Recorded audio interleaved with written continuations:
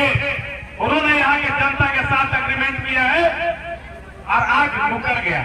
उसमें साफ लिखा हुआ है 8 पंचायत के लिए है, 8 पंचायत प्रभावित क्षेत्र है, केरेलारी, बचड़ा, पेटो, उसके बाद बगार, मांडू पंचायत, देवर पंचायत, उसके बाद बेंगवरी पंचायत, मनातू पंचायत, ये सब मिला के 8 पंचायत है।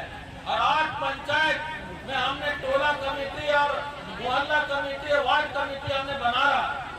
जो अभी गीता देवी है और हमारी कौशल्या देवी और सुषमा देवी, पार्वती देवी और भी जितना भी बहुत सारे महिला लोग हैं, सबका नाम बताना नहीं है, लेकिन महिला लोग काम कर रही है और हर जगह जा जाके टोला कमेटी बना रहे हैं। 10 बच्चा, 10 जेंट्स, 10 महिला और उसमें सदस्य जितना 100 सदस्य हो जाए, क्योंकि हमको ये 8 गांव में जितने भी प्रभावित लोग हैं, प्रदूषण से कोई है, कोई इन्वायरमेंट से है, कोई प्रदूषण से है और जमीन से है, विस्थापन और इसका प्रभावित क्षेत्र और विस्थापित क्षेत्र दोनों में आता है।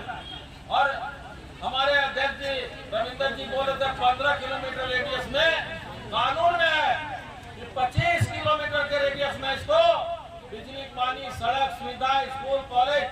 अब आपका स्कूल कॉलेज खोलवाएगा क्या? स्कूल कॉलेज तो तोड़ने करार में और हमारी घर का लोग तोड़वाने में तुले हुए।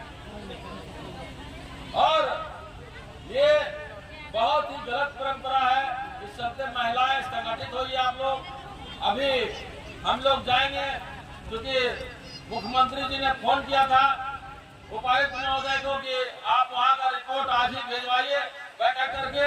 आज 5 बजे माननीय विधायक अम्बा प्रसाद अपना हिसाब किताब लेना चाहती है। सही है गलत? आप लोग लेंगे अपना हिसाब किताब? अंग्रेज लोग क्या करता था? दूध डालो पीछे है भैया, पीछे इलायची दारू पिलाता था। और यहाँ पर क्या चल रहा है? उसके साथ साथ महुआ और मुर्गा भी दे रहा है। किसको दे रहा है? नहीं आदमी को दे रहा है और दे करके और हम लोग को आपस में लड़वा रहा है। साथियों, माता रानी खास करके आप लोग से अभी पप्पू दास जी बोले निश्चित रूप से खाली ताली पीटने नहीं होगा, अब ताला लगाने का समय आ गया है। क्योंकि आज अल्टीमेटम था, आज के दिन हमारी जो मांगे हैं उसको पूरा करेगा। और अब 1 सप्ताह के अंदर अब आप लोग को कारनामा दिखाना है। 1 सप्ताह के अंदर हम यहीं पर धरना प्रदर्शन करेंगे अनिश्चितकालीन और गांधीवादी तरीके से धोती पहनेंगे, तिरंगा झंडा, गांधी टोपी और उघरा बदन। जब तक मेरी मांग पूरा नहीं होगा तब तक यहाँ पर हम उघरे पगड़े यहाँ पे बैठेंगे और आप लोग को साथ देना पड़ेगा। छोटी मोटी लड़ाई नहीं है, ये कंपनी की लड़ाई पीढ़ी दर पीढ़ी हमारे पिताजी पूर्व मंत्री श्री योगेंद्र साहू जी के समय जो बड़े बड़े आंदोलन किए गए, फिर मेरी माँ, आपकी बेटी पूर्व विधायक श्रीमती निर्मला देवी जी और फिर हम इतने समय से हम लोग संघर्ष कर रहे हैं। लेकिन जीत तभी होगी जब आप लोग एकजुट रहेंगे। हम लोग पांडु बोलिए या फिर छठी बरियातू बोलिए, कोई भी ऐसा क्षेत्र नहीं था जहाँ कंपनी अपने घुटने पे नहीं आने वाली थी। लेकिन हम लोग कब हार गए? जब वहाँ पे कुछ ग्रामीणों के द्वारा साइन कर दिया गया, सहमति दे दिया गया कि चलो हम लोग सहमत हैं, कंपनी हम लोग को यहाँ से ट्रांसपोर्टिंग करने समय हम लोग को कुछ नौकरी दे दे, वहाँ पे कुछ टॉयलेट बना दे। मतलब ऐसा मांग था कि आप सुन के हैरान हो जाएंगे कि मतलब इंसान जो ग्रामीण है, जो रैयत है वहाँ पे, वो अपने अधिकार को भी नहीं समझ पाते। मतलब 4-5 मांग में साइन कर दिया। तो इस तरह का गलती यहाँ पे फिर से दोबारा नहीं हो। ऐसा ना हो कि 4-5 लोग जाके साइन करके हरा झंडा दिखाए दे सब मुखिया जी लोग के साथ। और अगर ये लड़ाई नहीं जीत पाए तो बातें उठेंगी कि विधायक बिक गई, तो पूर्व मंत्री योगेंद्र साहब पे किया तो अम्बा प्रसाद बोरा लेके बिक गई, क्योंकि हम आपके जमीन के मालिक नहीं हैं। जमीन का मालिक आप लोग हैं और आप लोग के पास चाबी है इस क्षेत्र का। हम लोग आपके लिए लड़ सकते हैं, सबसे आगे खड़े होकर आपको संरक्षण दे सकते हैं। जैसे कि गांधी जी बोलते थे करो या मरो, बोलते थे ना, हम लोग का नारा ये होना चाहिए कि लड़ो या मरो। अगर आप अन्याय के साथ अन्याय के खिलाफ नहीं लड़ेंगे, अगर देखते रहेंगे, सहते रहेंगे, तो कोई भी आपका मदद नहीं कर पाएगा। हम लोग बहुत सारे ग्रामीणों को लेके माननीय मुख्यमंत्री जी के पास गए थे। वहाँ पे माननीय मुख्यमंत्री जी फोन किए हमारे सामने, सभी ग्रामीण के सामने, डीसी महोदया को जो हजारीबाग की है, और उनको निर्देश दिए कि सब ग्रामीण का डेलीगेशन को बैठा के एक तरफ पदाधिकारी और एक तरफ ग्रामीण को बैठा के उनकी समस्याओं को हल करने का एक रिपोर्ट बनाए, और वो रिपोर्ट खुद माननीय मुख्यमंत्री जी मंगवाए। इसलिए ये तो हम लोग अभी डीसी कार्यालय जाके वहाँ पे हम लोग को सारी समस्याओं को वहाँ रखने का मौका मिलेगा, लेकिन इन समस्याओं का जब तक हल नहीं हो जाता है। इस महाजुटान का मुख्य उद्देश्य क्या है मंत्री जी? महाजुटान का मुख्य उद्देश्य ये है कि जल जंगल जमीन जनता का लुटारा है, और यहाँ पर NTPC जो है महारत्ना कंपनी है, भारत सरकार की जो उपक्रम है, इसके द्वारा और इसके अधीनस्थ जो है MDO के द्वारा, जैसे ऋत्विक हुआ या DGR कंपनी है, ये सब मिल करके जो है यहाँ पर हमारे जनता को शोषण और दमन का काम करेंगे। और उसी को देखते हुए पिछले दिनों आप लोगों ने देखा होगा कि पांडु में एक महिला को यहाँ जो गुप्ता जो है वो यहाँ का एक तो गुप्ता नाम है उसका, SP गुप्ता AGM, उन्होंने एक महिला को बुरी तरह से पीटा। उस दिन हमारा यहाँ पब्लिक लोग हमको बुलाया, देखे वहाँ पर तो बहुत भयावह स्थिति है। उसको देखने के बाद हम निश्चित रूप से बहुत विचलित हो गए, और वहाँ तुरंत हमने FIR करवाने के लिए किया, और उसका केस रजिस्टर्ड भी हो गया है।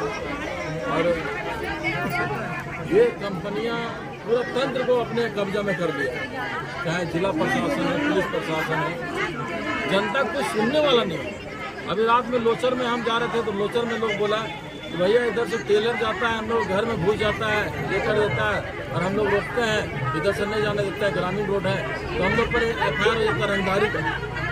ये सबसे लोग जूझ रहा है, तो उसी का नतीजा है कि हमने सोचा कि अब एक जन आंदोलन को अब खड़ा करेंगे। अब पिछले दिन 10 तारीख को हमने महापंचायत बुलाया था, महापंचायत में निर्णय हुआ कि अब इस आंदोलन को बढ़ाया जाए, हक अधिकार के लिए जो है हक अधिकार के लिए जो है सब लोग आगे बढ़ेंगे। और आज जो है सो ये महापंचायत में हमने सबको आमंत्रित किया था, चाहे वो DC हो, NTPC के अधिकारी लोग जो है, कार्यकारी निदेशक से लेकर के सारे लोग, CO, BDO, थानेदार, SDM और SP, सबको हमने किया था कि यहाँ पर आमंत्रण किया कि जनता की समस्या को समाधान। तो अधिकारी तो यहाँ उद्घाटन करने के लिए आ जाते हैं, बड़े बड़े अधिकारी, SP स्तर का, DC स्तर का, जो पिछले बार तत्कालीन जो पुलिस अधीक्षक थे मनोज रतन चौथे, और इन लोग उपायुक्त चीफ गेस्ट थे, लेकिन उपायुक्त यहाँ पांडु में नहीं आए थे। लेकिन उसके पहले चट्टी बरियातू में कोयला का जो ट्रांसपोर्टिंग के लिए उन्होंने हरी झंडी दिखाने के लिए आया, 3 घंटा गर्दा धूल में रह करके उन लोग ट्रांसपोर्टिंग स्टार्ट किया था।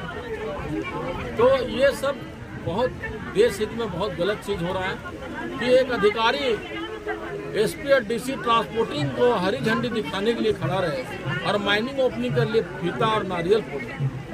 मामला जो हुई थी मैडम, क्या कुछ लेके पहुँचे?